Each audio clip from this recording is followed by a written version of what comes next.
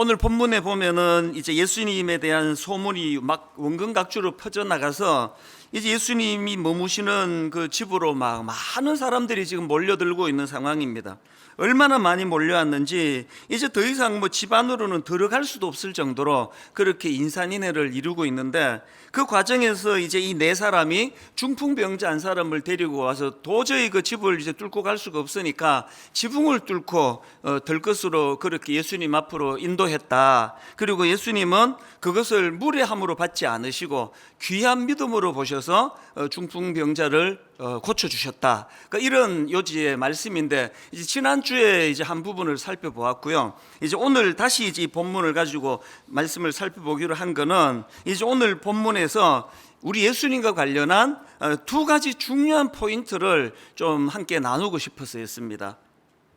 이 중풍병자를 고치시는 예수님의 그 모습에서 저는 두 가지 진짜 중요한, 우리가 꼭 기억해야 될 사실을 발견하는데요. 첫째, 예수님은 우리의 치유자가 되신다는 사실입니다. 그 지붕 뚫은 네 사람이 예수님의 이런 치유자 되시는 예수님에 대한 믿음이 있었기 때문에 그런 무리수를 둔 거 아닙니까?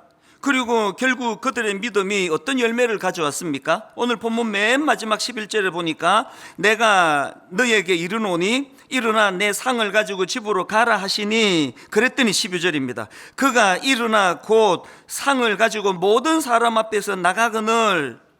그래서 결국은 이제 예수님은 이 중풍병자의 병을 고쳐주시는 치유자가 되신다는 확신에 찬 그 믿음이 이런 놀라운 기적을 만들어냈는데요.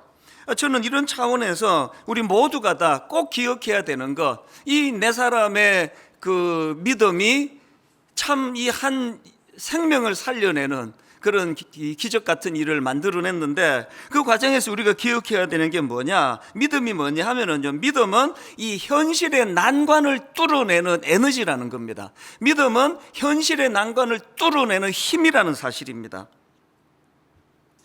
우리의 믿음이 삶 속에 제대로 작동이 된다면 하나님 알기 전에는 굉장히 단선적이에요. 시도하다가 막히면 뭐 더 이상 뭐 아무것도 없습니다.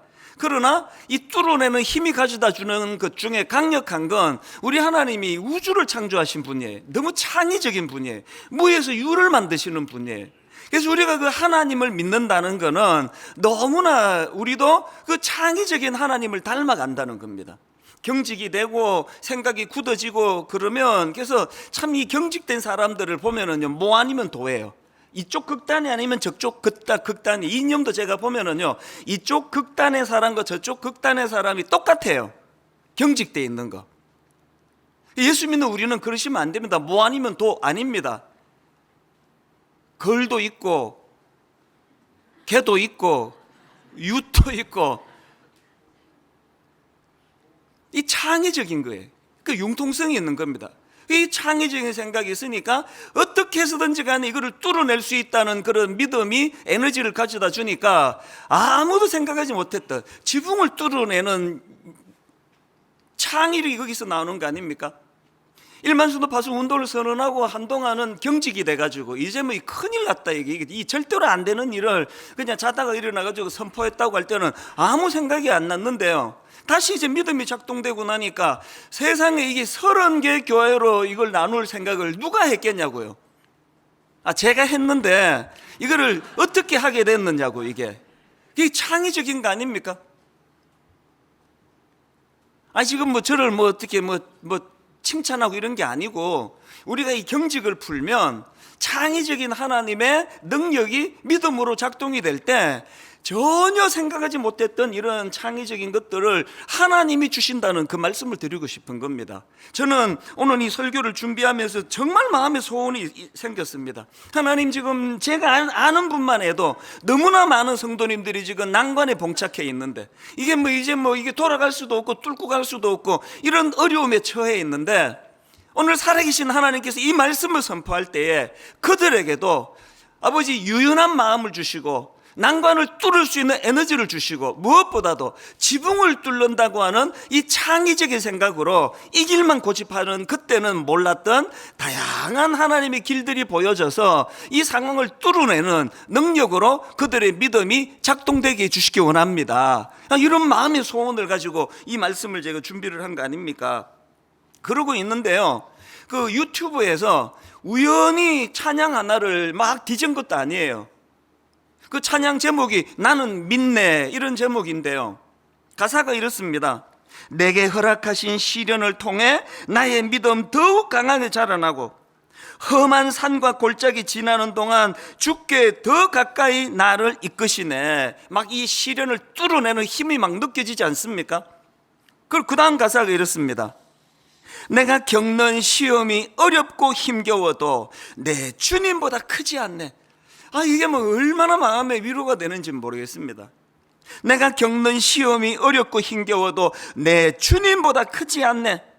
이 믿음이 작동이 되니까 이제 그 유연함이 나타나는데요, 그 창의적인 이 가사를 한번 보세요. 내 앞에 바다가 갈라지지 않으면, 내 앞에 바다가 갈라지지 않으면 주가 나로 바다 위 걷게 하리. 그냥 이게 뭐 갈라지는 기적만 늘 바라고 있었는데, 이제 이 주님을 향한 믿음이 내게 유연함을 가져다 주니까 바다가 갈라지지 않으면 바다 위를 걷게 하는 하나님의 능력에 대한 확신이 생기는 거예요. 이 유연함 아닙니까? 사실 이걸 제가 불러야 은혜가 되는데요, 제가 이걸 막 부르면은 너무나 창의적으로 제멋대로 부를 것 같아서 내가 지금 절제하고 있습니다. 그래서 이제 오늘 이 예배가 마치면 모두가 다 이 찬양을 같이 부르면 은혜를 지금 나눌 계획을 갖고 있는데요, 이 선포를 하고 난 다음에 내 앞에 바다가 갈라지지 않으면 주가 나로 바다 위 걷게 하리, 이렇게 선포하고는 믿음을 선포합니다. 그 다음 가사를 보세요. 나는 믿네 주의 능력으로 내 삶 새롭게 하리. 나는 믿네 주의 능력으로 담대히 나아가리. 주와 함께 싸워 승리하리라. 날마다 믿음으로 나 살아가리. 오늘 여러분 그 4명의 동역자들의 그 선한 믿음의 도전으로 말미암아 그 중풍병자가 참 고침을 받아 주님이 치유자 되심을 그렇게 만방에 알릴 수 있었던 것처럼, 오늘 저와 여러분 앞에 가로막혀 있는 난관은 하나님보다 큰 거 아닙니다. 아무리 높은 장애물이 있다 할지라도 그 장애물보다 크신 하나님, 그 하나님을 향한 믿음이 일어날 때에 창의적이 되고 여유가 생겨서 그 믿음을 뚫어내는 살아있는 능력을 경험하게 되시기를 바랍니다. 이 4사람이 가진 믿음, 이 난관을 뚫는 이 열정, 또 포기하지 않는 믿음, 이런 걸 보면서 저도 사실 반성을 좀 많이 하고 있는 중입니다. 가끔 가다가 우리 젊은 목사님들한테서 제가 좀 꾸지람을 들을 때가 가끔씩 있습니다. 아주 부드럽게는 얘기하지만요, 막 글도 굉장히 조심스럽게는 하지만, 이천수 목사님한테 아쉬운 게 하나 있습니다. 목사님의 10년 전 설교를 들어보고 개척한 지 얼마 안 됐을 때 설교를 들어보면은 너무나 그때는 열정이 있고 야성이 있고 전투력이 있고 그랬는데, 요새 목사님 설교를 들어보면은 옛날에 그런 열정이나 전투력이 잘 안 보입니다. 막 이렇게 막 저한테 이제 그 꾸지람을 하고 조언을 하는 젊은 목사님들이 가끔씩 있습니다. 그럼 내가 대놓고는 못하고 속으로 니도 나이 들어봐라, 뭐 이런 참 약한 생각을 하고 있지만요, 제가 이 본문을 가지고 이 4사람의 지붕을 뚫는 그 열정을 제가 보면서 저도 하나님께 기도하는 겁니다. 아버지, 정말 뭐 나이 들었다 이런 핑계, 이제 목회 한 30년 해가지고 뭐 그냥 관록은 생기고 설교를 더 막 아주 세련되게 하는 거는 옛날에 비해 가지고 세련되게 하는 설교는 더 좋아졌는지 모르지만, 아버지 40대 초반에 열정을 가지고 야성을 가지고 달려가던 그 믿음을 회복해 주시기를 원합니다. 이런 마음의 사모함이 제게도 있는 겁니다. 그러니까 이 설교자가 그냥 나는 다 이루었고 당신들이 문제야 이렇게 설교하는 거 옳은 설교가 아니에요. 설교하는 저나 여러분 모두가 약한 존재예요. 설교하는 저나 여러분 모두가 다 이 난관을 뚫을 힘이 없는 존재예요. 그래서 믿음이 필요한 거거든요.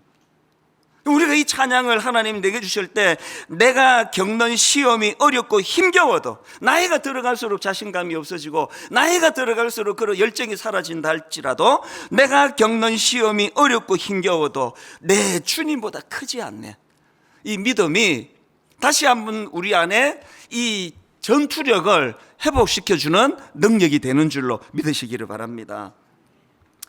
참 하나님께서 저에게 배려를 많이 해주시는데요, 이런 설교를 쭉 준비하는데 불쑥 이제 한 달 전쯤이에요, 우리 교회 홈페이지에 완전 초신자예요, 어떤 초신자분이 올려주신 글 하나가 불쑥 또 올라가지고 제가 세상 그걸 다시 읽으면서 너무 마음에 감동이 됐습니다.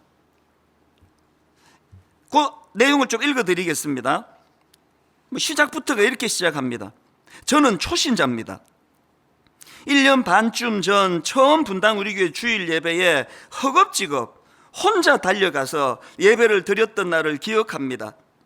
저는 교회가 처음입니다. 교회가 뭔지, 예배는 또 뭔지, 기도문이나 찬양 하나 제대로 알지 못한 채로 처음 예배를 드리던 그때, 저는 뭐가 그렇게 은혜가 되었는지 주변 분들 보기 민망할 정도로 울고 또 울고, 그렇게 1년을 넘게 예배 시간마다 울고 또 울고, 마치 교회에 울기 위해 가는 사람처럼 말이죠. 초등학교 입학한 둘째 아이의 어려움이 제게 삶이 무너지는 것 같은 시련이고 아픔이고 매일매일이 고통이었습니다. 삶이 무의미하고 한순간에 무너져 내려 올라올 줄을 모르고 다 포기하고 싶어질 때 친언니가 이사야 41장 10절을 문자로 보내주었습니다. 두려워하지 말라, 내가 너와 함께함이라. 놀라지 말라, 나는 너의 하나님이 됨이라. 내가 너를 굳세게 하리라. 참으로 너를 도와주리라. 참으로 나의 의로운 오른손으로 너를 붙들리라. 그 성경 구절을 읽자마자 정말 너무 많이 소리내어 울었고, 그 한 구절을 계기로 하나님이 궁금해졌습니다. 이거 여러분 이해가 되세요? 그 당시로 교회라는 데를 한 번도 가본 적이 없는 분이에요. 성경이 뭔지를 모르는 분이에요. 그런데 언니가 문자로 보내준 거 만나서 해준 것도 아니고, 그 글자 몇 자를 읽고 소리를 내어 너무 많이 울었다고 하는 이런 일도 기적이고요, 그 하나님이 궁금해졌다는 것도 이 기적 아닙니까? 그 다음 보니까 그 길로 교회에 달려왔고, 드라마 바이블로 성경을 읽고 또 읽고 쓰고 또 쓰고, 성경이 궁금해서 혼자 큐티 학교도 가고 어머니 기도회도 쫓아가고, 그렇게 1년 반을 달려왔습니다. 여전히 자녀 문제, 무슨 내용인지는 안 밝혀서 잘 모르겠지만요, 여전히 자녀 문제로 씨름하고 있다는 내용을 거기다 피력하고는요, 그 다음에 달라진 부분을 이렇게 설명합니다. 앞으로 사춘기 고등학생이 되면 더 어려울지도 모르겠습니다. 그래도 그때와 달라진 것은 이제는 제가 그렇게 무너지지 않습니다. 너무 감동이 됐습니다. 이 아이가 달라진 게 없다 할지라도 그래도 그때와 달라진 것은 이제는 제가 그렇게 무너지지 않습니다. 저를 따라 남편과 아이도 교회에 함께 가고 있습니다. 그 전과 다름은 우리 가족 모두 하나님이 함께 하심을 믿고 있거든요. 이 어려움 또한 하나님이 알고 계실 것이고, 이 아이의 아픔 속에서도 주님이 붙들어 주실 것을, 함께 하고 계실 것을 믿고 의지하며 인내하며 따라갑니다. 저는 이분의 이 글을 읽으면서 하나님이 저에게 너 말이야, 그 오늘 이 본문 가지고 설교할 때 그 캐캐묵은 이론만 갖고 떠들지 마라. 2000년 전에 이런 일이 있었다는 걸 소개하는 그런 이야기꾼이 아니라 2000년 전에 이 중풍병자를 살려주신 그 주님께서 오늘도 일하고 계시다는 걸 이 초신자를 통해서 네가 생생하게 먼저 기억을 해라. 네가 살아있는 믿음을 가지고 있어야 살아있는 설교를 할 수 있는 거 아니냐. 여러분, 이 초신자분, 생전에 교회라는 데를 처음 들어오신 이분께서 이 낯설고 낯선 이 환경 속에서 울고 또 울고 울고 또 울고, 그렇게 1년을 예배하면서 울었다고 하면서 그가 생긴 게 뭐예요? 야성이 생긴 거예요. 전에는 이 아이 때문에 죽을 것 같이 힘들었는데 얘는 이제 뭐 천천히 변해도 괜찮다, 반드시 변할 것이다. 이제는 얘가 변하는 것이 아니라 내가 변했다. 이 정도로는 무너지지 않는다. 여러분, 예수 믿은 지 1년 반 되시는 초신자분에게 이런 놀라운 영적인 야성이 회복이 됐다고 한다면, 저 같은 목회자들과 오래 예수 믿은 관록 있는 여러분들 안에서 이런 놀라운 역사와 능력과 입술의 선포가 일어날 줄로 믿습니다. 이것을 우리가 확신해야 돼. 주님은 내 가정의 문제를 해결해 주시는 치유자가 되신다. 그냥 숨을 못 쉴 만큼 이 문제도 심각하고 저 문제도 심각하고 이 문제도 엄습하고 저 문제도 엄습한다 할지라도 내가 아는 거 한 가지 있다. 이 모든 문제들보다 우리 주님은 더 크신 분이라는 거, 이 믿음이 우리 안에 작동이 돼야 된다는 겁니다. 우리가 사도 바울을 존경하는 것은 바로 이런 믿음을 갖고 있었기 때문 아닙니까? 사도행전 20장 23절에도 보니까 그에게 큰 난관이 있습니다. 23절입니다. 오직 성령이 각 성에서 내게 증언하여 결박과 환난이 나를 기다린다 하시나.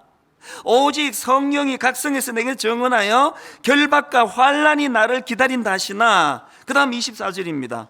내가 달려갈 길과 주 예수께 받은 사명 곧 하나님의 은혜의 복음을 증언하는 일을 마치려 하면은 나의 생명조차 조금도 귀한 것으로 여기지 아니하노라.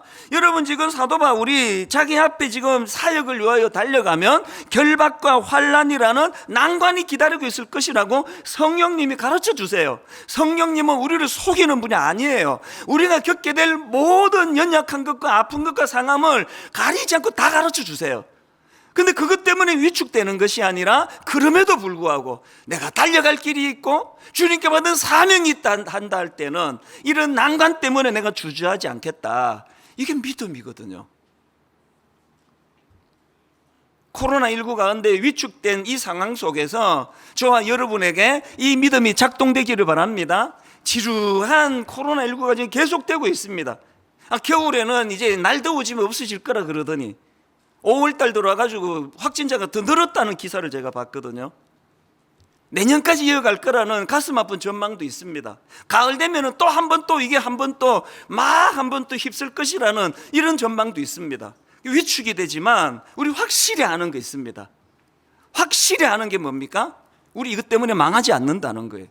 시간 좀 더 끈다는 거지 반드시 극복한다는 확신이 있기 때문에 절망은 없는 거 아닙니까?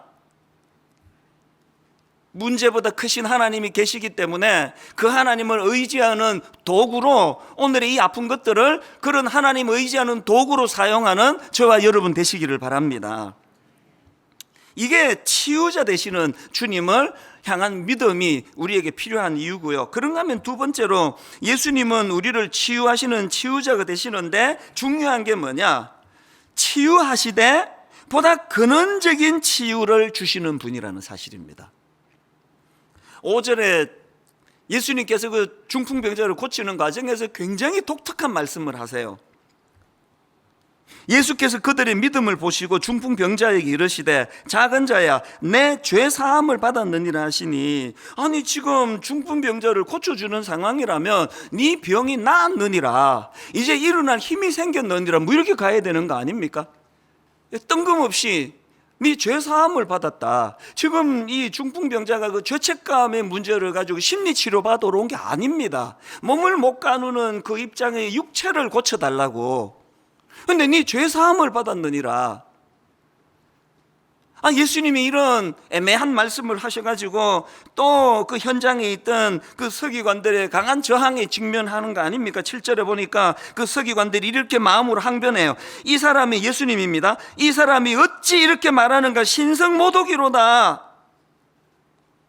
왜 예수님은 이런 그 논란이 휩싸일 말씀을 하시느냐고요? 왜 그러시냐고요? 결정적인 두 가지 이유가 있습니다. 여러분, 이 내 죄 사함을 받았느니라, 이 예수님의 5절의 말씀은요, 하나님으로서의 예수님의 자기 정체성을 선포한 거예요.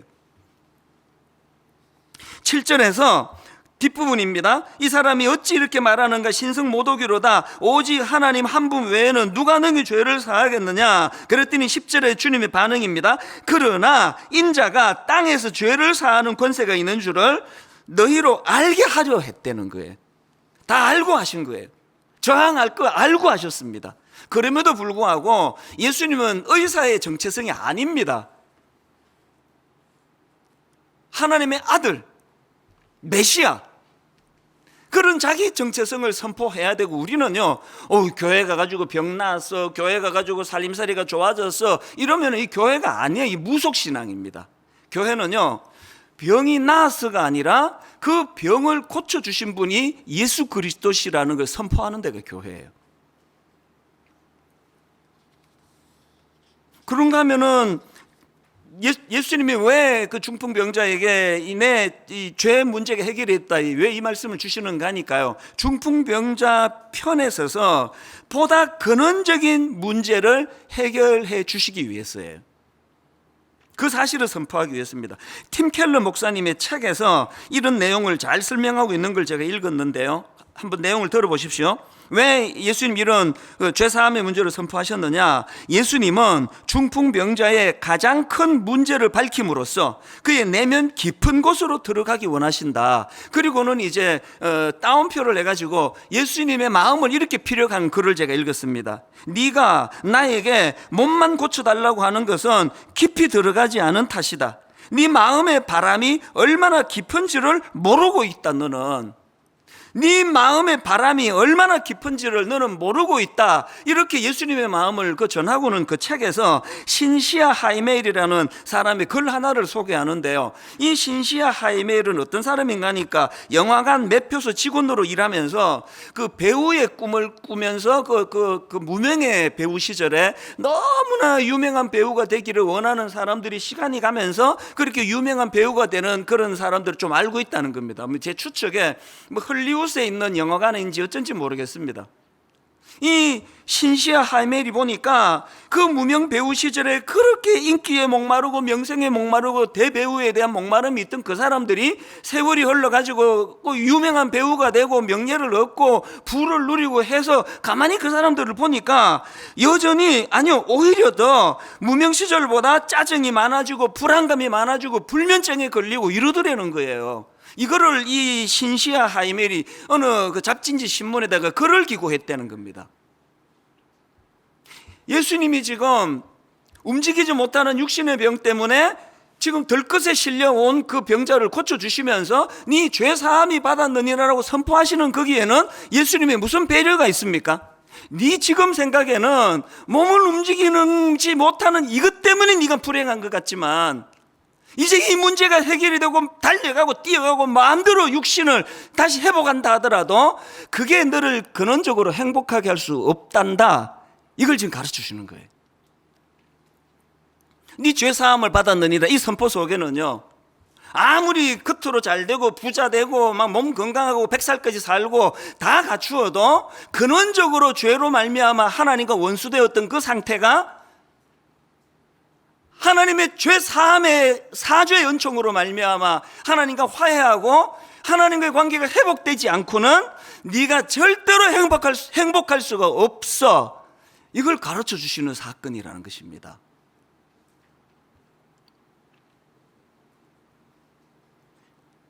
저는 결혼이 늦어졌잖아요.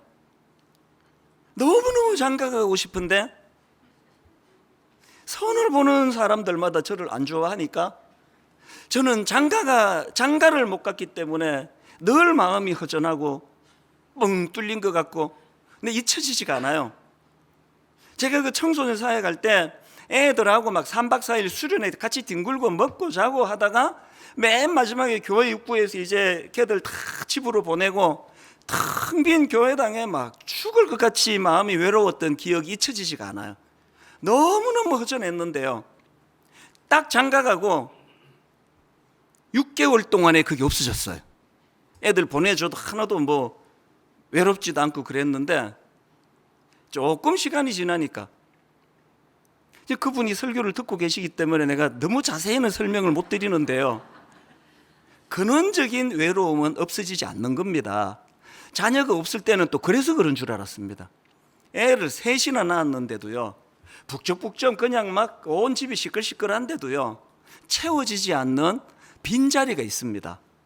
이게 채워지지 않는 빈자리는 내 죄사함을 받았느니라 선포하시는 주님의 십자가 은혜로 말미암아 하나님과 죄로 원수되었던 관계가 회복이 되지 않고는 채워지지 않는 빈자리라는 걸 저는 알아요. 그래서 하나님 앞에 나는 이미 목사가 되고 구원받았지만 여전히 그런 허전함을 느끼게 해 주심으로 말미암아 늘 주님을 의지하고 주님과의 관계를 회복하고 죄 짓지 않으려고 애를 쓰는 이런 것들을 속에서 이것이 메꾸어져 갈 수 있다는 것을 주님은 늘 제게 보여주시는 거예요. 그래서 수많은 사람에게 인정받는 것보다 중요한 건 하나님과의 관계 회복이 중요한 거고, 2만 명 교회를 5만 명 만드는 것보다 저를 행복하게 만드는 것은 아무도 저를 알아주지 않는다 할지라도 주님과 나와의 죄사함의 이 확신을 가지고 관계가 회복되는 그 고요한 새벽 시간, 아무도 깬 사람이 없는 그 새벽 시간, 저는 하루 일과 중 그 시간이 가장 즐겁거든요. 가장 고독한데 가장 행복하고, 가장 쓸쓸한데 그 시간이 또 가장 체험을 받는 것.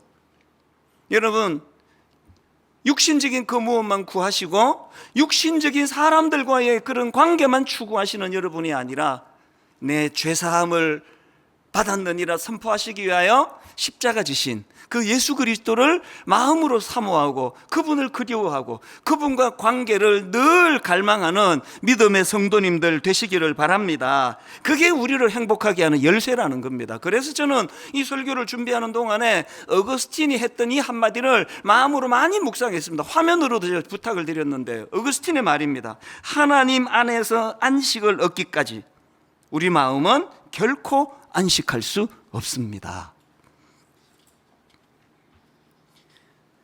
그런가 하면 저는 그 중풍병자에게 죄사함의 문제를 선포하신 그 주님의 배려가 눈물나게 고마운 거예요.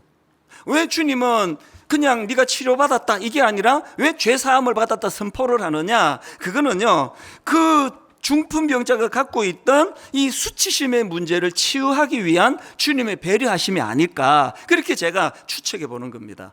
왜냐하니까 우리가 지난 시간에 살펴본 나병도 그랬지만요, 오늘 본문에 나와 있는 이 중풍병자에게 찾아온 중풍병도 그 시대적으로 많은 사람들이 이 하나님 앞에서 저지른 죄 때문에 생긴 병이라는 인식이 있었기 때문에 이것이 얼마나 그에게 수치심을 가져왔겠냐고요. 얼마나 많은 사람이 알지도 못하면서 수군거리는 게 오늘이나 그때나 마찬가지 아닙니까?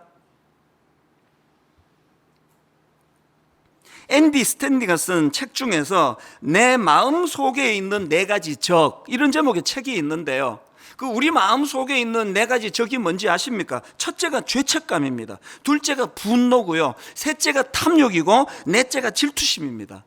내 안에서 나를 괴롭히는 그 4가지 적 중에 제일 먼저 나오는 게 죄책감이에요.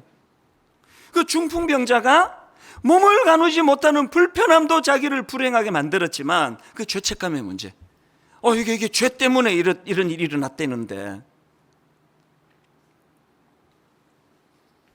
저는 최근에 책 한 권을 구입했는데 몇 주 전에 말씀드렸잖아요. 가끔씩 제목만 보고 책을 구입할 때가 있는데 이 책도 그 케이스예요. 이 책의 제목이요, 수치심 권하는 사회.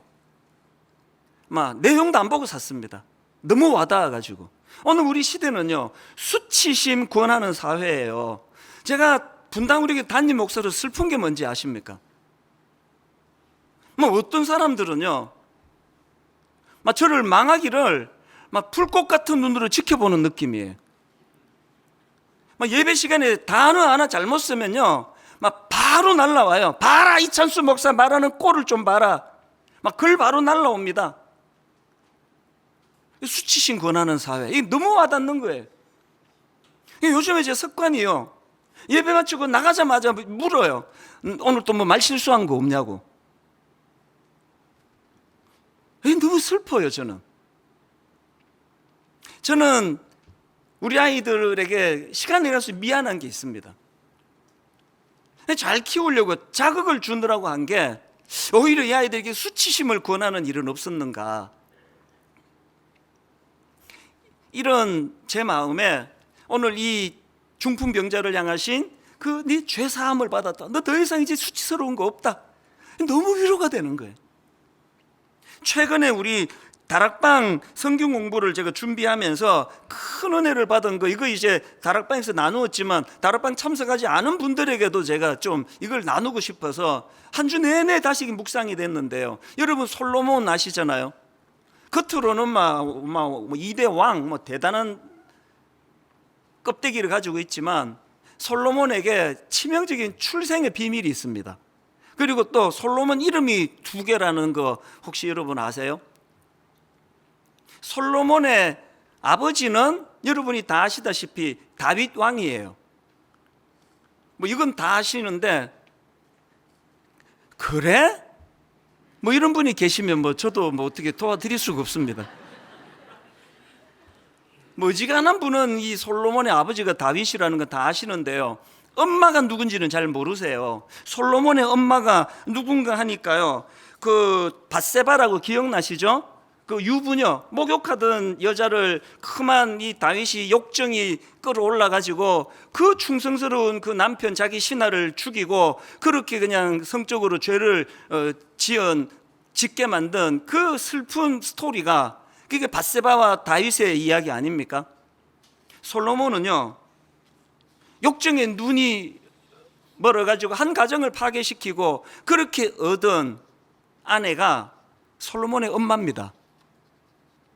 그러니까 여러분, 이 둘 사이에 둘째 아들로 태어난 이 솔로몬 입장에서 겉은 너무나 화려한 삶을 살고 있는데 그 마음에 어릴 때부터 그 수군그림, 저 사람이 그 엄마가 누군지 다 알지 않느냐고, 그 출생의 비밀, 이게 무슨 뭐 불륜 드라마에 나올 것 같은 그런 스토리를 갖고 태어난 사람이 솔로몬이거든요.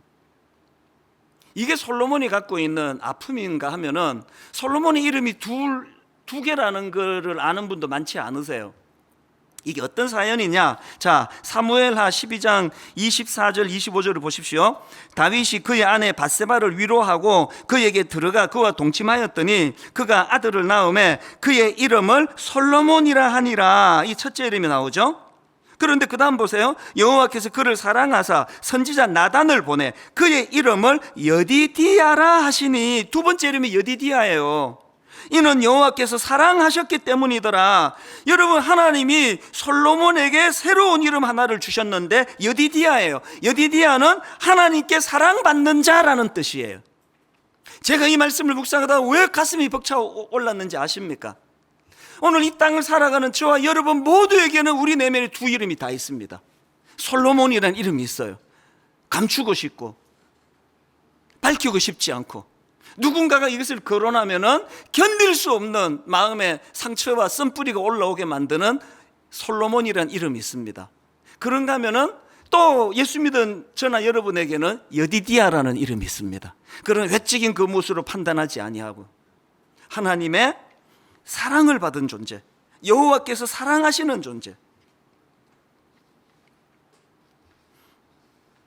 오늘 여러분, 그 중풍병자의 표면적인 그 몸을 가누지 못하는 그 사람의 병을 고쳐주시는 것만으로도 감당하기 어려운 은혜인데, 주님은 그것으로 끝내지 않으세요. 그 내면을 치료하세요. 그의 수치심을 주님이 치료하기 원하십니다. 네 죄가 사함을 받았다. 더 이상 너는 수치스러운 존재가 아니다. 너는 이제 솔로몬이 아니라 여디디아가 되었다. 부끄럽지만 목회 30년 차인 제 내면에 여전히 솔로몬이 있습니다. 그리고 꽤 많은 사람들이 저의 솔로몬을 드러내고 고발하고 이찬수 목사가 얼마나 보잘것없는 인간인지를 증명해내려고 안간힘을 쓰는 분이 점점 많아지는 걸 느끼고 있습니다. 은혜가 뭔지 아세요? 40대 초반의 개척 초기에 교회 이름 알려지기 전에 무슨 설교를 해도 막 그냥 실수하고 해도 이것들이 표적이 되고 하기 전에는 없었던 여디디아로 불러주시는 하나님의 은혜가 엄청나게 많아지고 있다는 사실이에요. 안 그러면 제가 어떻게 버티겠습니까?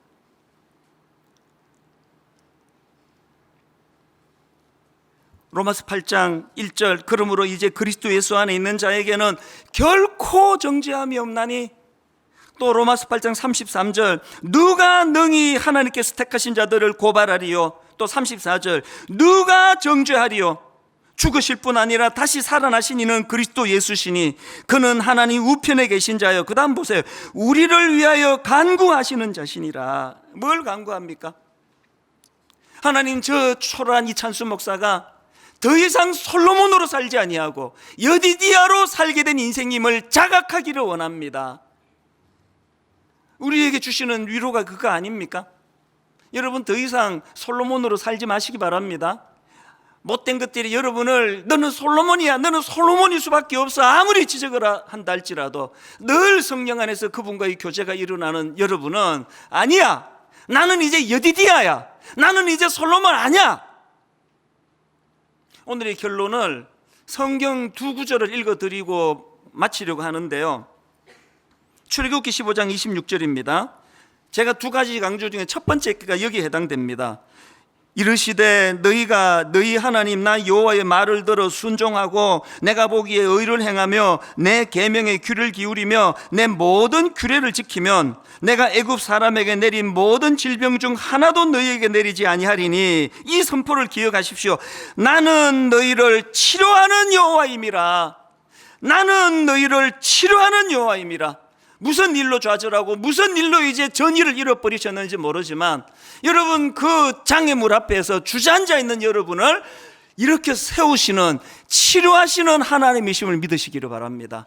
그런가 하면 그 다음 성경 구절, 오늘 본문 마가복 2장 5절입니다. 예수께서 그들의 믿음을 보시고 중풍병자에게 이르시되 작은 자야 내 죄 사함을 받았느니라 하시니, 아까 말로 표현하면 너는 이제 솔로몬이 아니라 여디디아가 되었노라고, 십자가를 통하여 내가 너를 여디디아 삼았노라고 하는, 급만 치유해 주시는 하나님이 아니라 오늘 우리 내면의 십자가를 통하여 내 상한 내면을 치유해 주시는 그 주님의 십자가를 의지하고 다시 한번 전의를 불태우며 도전 앞에 기꺼이 승리할 수 있는 그런 담대한 믿음 가지시기를 주님 이름으로 축원합니다.